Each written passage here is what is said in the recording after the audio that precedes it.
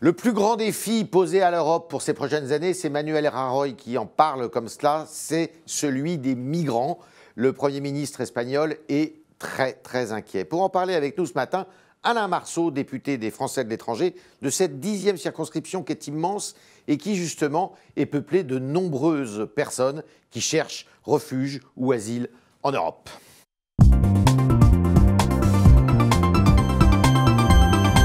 Alain Marceau, bonjour. Bonjour. Alors, aujourd'hui, à Loudun, dans la ville de Loudun, on va ouvrir un centre d'hébergement de demandeurs d'asile. Qu'est-ce que ça vous inspire ?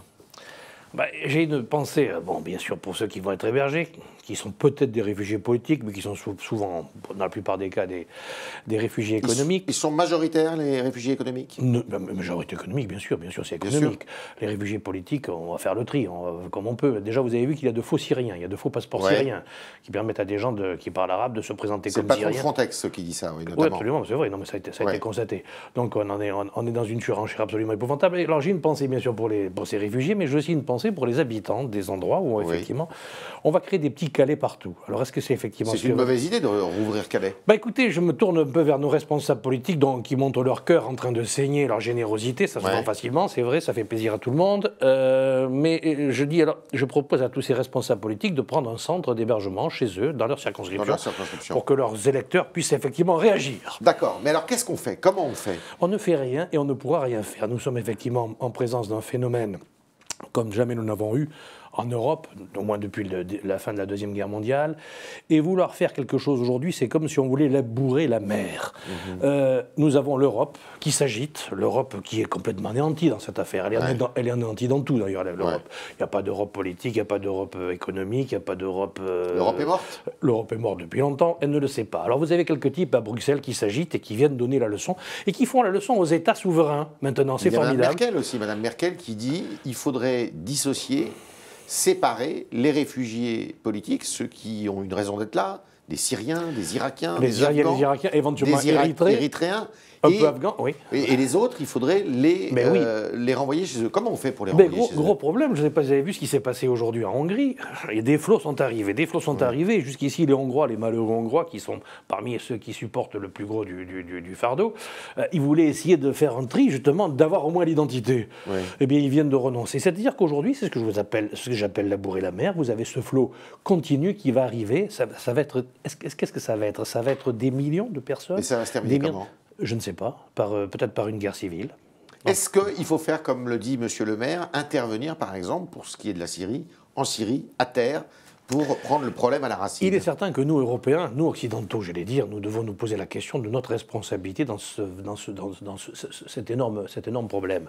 Nous avons détruit le Moyen-Orient. On a commencé par l'Irak, l'Afghanistan, la Syrie avec la politique, la politique douteuse qui est la nôtre, à nous Français.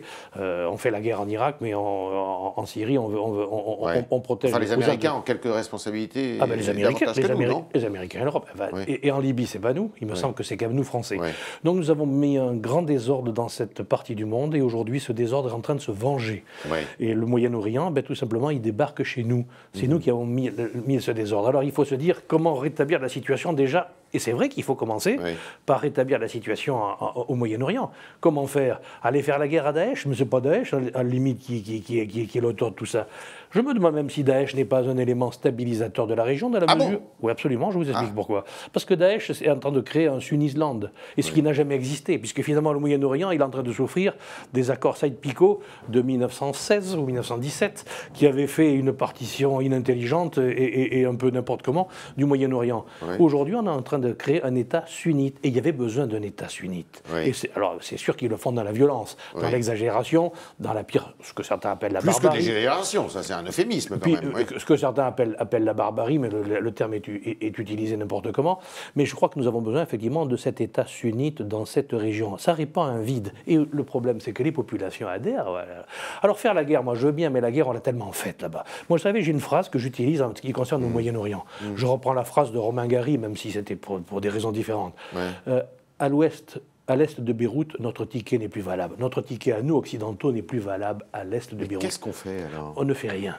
Ah bon? Parce qu'on ne peut rien faire. Mais est-ce que vous imaginez... Mais les migrants économiques, on peut les renvoyer chez eux, non? Ah bon? Ben essayez toujours, essayez de renvoyer quelqu'un en Algérie déjà. Vous allez voir comment ça se passe. L'Algérie refuse de récupérer... D'ailleurs, l'Italie vient d'être condamnée parce qu'elle avait renvoyé des Tunisiens en Tunisie. Et la Cour européenne des droits de l'homme estime que... Eh bien, ils ont été traités de façon indigne et donc l'Italie est condamnée. Ce monde est merveilleux. Vous avez 7 ou 8 juges fatigués, sans doute à 2 doigts de la retraite, qui viennent faire la leçon à la pauvre Italie, qui vit sous la terreur de tout cela, qui a réussi à renvoyer quelques Tunisiens en Tunisie, et voilà l'Italie condamnée. Oui. Mais dans quel monde vivons-nous? Nous vivons dans un monde de donneurs de leçons de la part de gens qui n'ont jamais rien fait de leur vie, qui n'ont jamais été confrontés réellement aux difficultés, et qui gèrent tout ça à travers des bureaux à Bruxelles, ou éventuellement des tribunaux à La Haye. Mais est-ce qu'on va continuer longtemps? Vous savez vers quoi on va? On va vers une révolte tout simplement du peuple contre ses élites. Le peuple européen? Le peuple européen, bien sûr. D'accord. Mais vous, qui êtes en première ligne, puisque vous êtes député des Français qui habitent dans ces régions, de ces pays, absolument. Ces régions qui vivent un chaos terrible. Et j'ai mes compatriotes tous les jours au téléphone. Je leur dis qu'il va falloir souffrir pendant quelques temps. Voilà. Ah oui, mais ça peut durer des années et des années. Mais vous savez, compte tenu de la politique étrangère que nous menons, qui consiste maintenant à faire la guerre en Irak, nous bombardons en Irak, qui consiste à faire la guerre à M. Assad. M. Assad est certainement un sale type.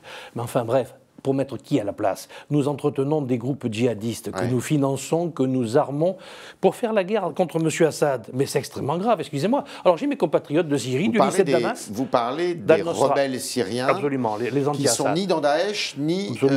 C'est Al-Nosra, mais vous savez, la frontière entre les deux est facile. On retrouve les armes que nous livrons à Al-Nosra, on les retrouve chez Daesh. Alors donc la question ne se pose pas. Mais par contre, j'ai des préoccupations. Nous avons un lycée à Damas. Le lycée à Damas, il a été complètement abandonné par tout le monde, par les autorités françaises. Il n'y a plus un sou. Ce lycée de Damas, il est financé par les parents des enfants et par quelques parlementaires qui donnent une partie de leur réserve parlementaire. Voilà ce que nous faisons, voilà quel est notre travail. Et voilà comment je parle à mes compatriotes qui sont restés sur place et auxquels je pense tous les jours. Alors vous êtes très attaché aussi au sort des chrétiens d'Orient. Bien sûr. Qu'est-ce qu'on fait pour eux? J'étais le premier député à intervenir dans ce domaine. Je vois que maintenant c'est devenu à la mode, donc je ne fais plus rien. Mais j'étais le premier en 2012 à intervenir pour les chrétiens d'Orient et le Copte notamment, qui étaient massacrés par les frères musulmans, qui étaient nos alliés d'ailleurs de moi. Qu'est-ce qu'on fait pour les chrétiens? Eh bien, on essaye de faire en sorte que tout le monde se mobilise. Alors, je vois que les politiques se mobilisent. J'aimerais bien entendre... il faut les accueillir? Ah, les chrétiens, certainement, mais ce n'est pas la solution. Ce n'est pas la solution de les accueillir, parce que finalement, leur racisme sans là-bas, sans historique. Il faudrait peut-être que l'ensemble des institutions, y compris la papauté, se réveillent très fortement, parce que c'est bien joli d'aller faire des discours à Lampedusa, mais il faut savoir que nos compatriotes français, mais surtout nos amis chrétiens, sont en train aujourd'hui de se faire massacrer partout. Par l'État islamique, mais pas seulement par l'État islamique. Et c'est de tout temps. Je crois que c'est une communauté qui a été beaucoup abandonnée, mais Dieu merci, ça revient à la mode. Est-ce que vous êtes d'accord avec les autorités belges qui disent, pour la lutte contre le terrorisme, parce que c'est aussi un sujet qui vous tient à cœur, et que vous connaissez bien, est-ce qu'il faut établir un fichier sur les voyageurs, les passagers, des avions, des trains et des bateaux? Mais que je sache, le PNR, le fameux PNR, nous avions proposé qui est en suspens... Et ce sont les députés socialistes et écologiques du Parlement européen qui ont refusé de le mettre en œuvre. Alors on attend qu'ils viennent. J'ai vu qu'on veut contrôler les trains, mais on n'est déjà pas capable de contrôler les avions. Comment va-t-on faire pour contrôler les trains? Je vous dirais, j'ai écrit au président de la République il y a une dizaine de jours. Dimanche dernier exactement, je lui ai proposé que nous suspendions les accords de Schengen en ce qui concerne la France. Pourquoi? Parce que nous avons un lieu de passage entre la Belgique, la Hollande, la France et l'Espagne où tout le monde est en train de passer. Alors ça ne veut pas dire pour remettre en place les contrôles douaniers bien sûr et les postes de frontières, on a fait des bistrots. Alors qu'est-ce qu'on fait? Eh bien tout simplement on met de véritables contrôles quand même à nos frontières, on met des contrôles volants qui sont susceptibles effectivement quand on aura suspendu Schengen de contrôler tous ces gens. Suspendre Schengen. Bien sûr qu'il faut suspendre Schengen.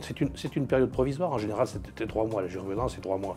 Il faut qu'on suspende Schengen pour qu'on mette en place ces vrais contrôles. Mais ça c'est pour lutter contre le terrorisme, c'est pas pour lutter contre les vagues migratoires qui vont continuer à arriver.